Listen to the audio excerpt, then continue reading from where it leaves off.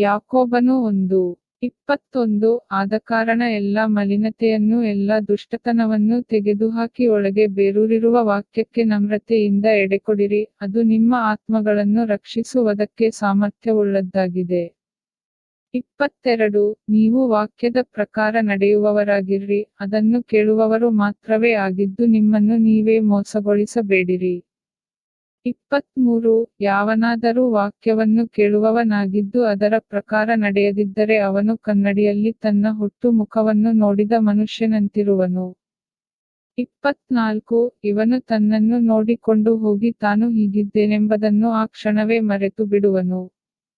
25 ಆದರೆ ಬಿಡುಗಡೆಯನ್ನುಂಟುಮಾಡುವ ಪರಿಪೂರ್ಣವಾದ ನಿಯಮವನ್ನು ಲಕ್ಷ್ಯಕೊಟ್ಟು ನೋಡಿ ಇನ್ನೂ ನೋಡುತ್ತಲೇ ಇರುವವನು, ವಾಕ್ಯವನ್ನು ಕೇಳಿ ಮರೆತು ಹೋಗುವವನಾಗಿರದೆ ಅದರ ಪ್ರಕಾರ ನಡೆಯುವವನಾಗಿದ್ದು ತನ್ನ ಕ್ರಿಯೆಯಿಂದ ಧನ್ಯನಾಗುವನು.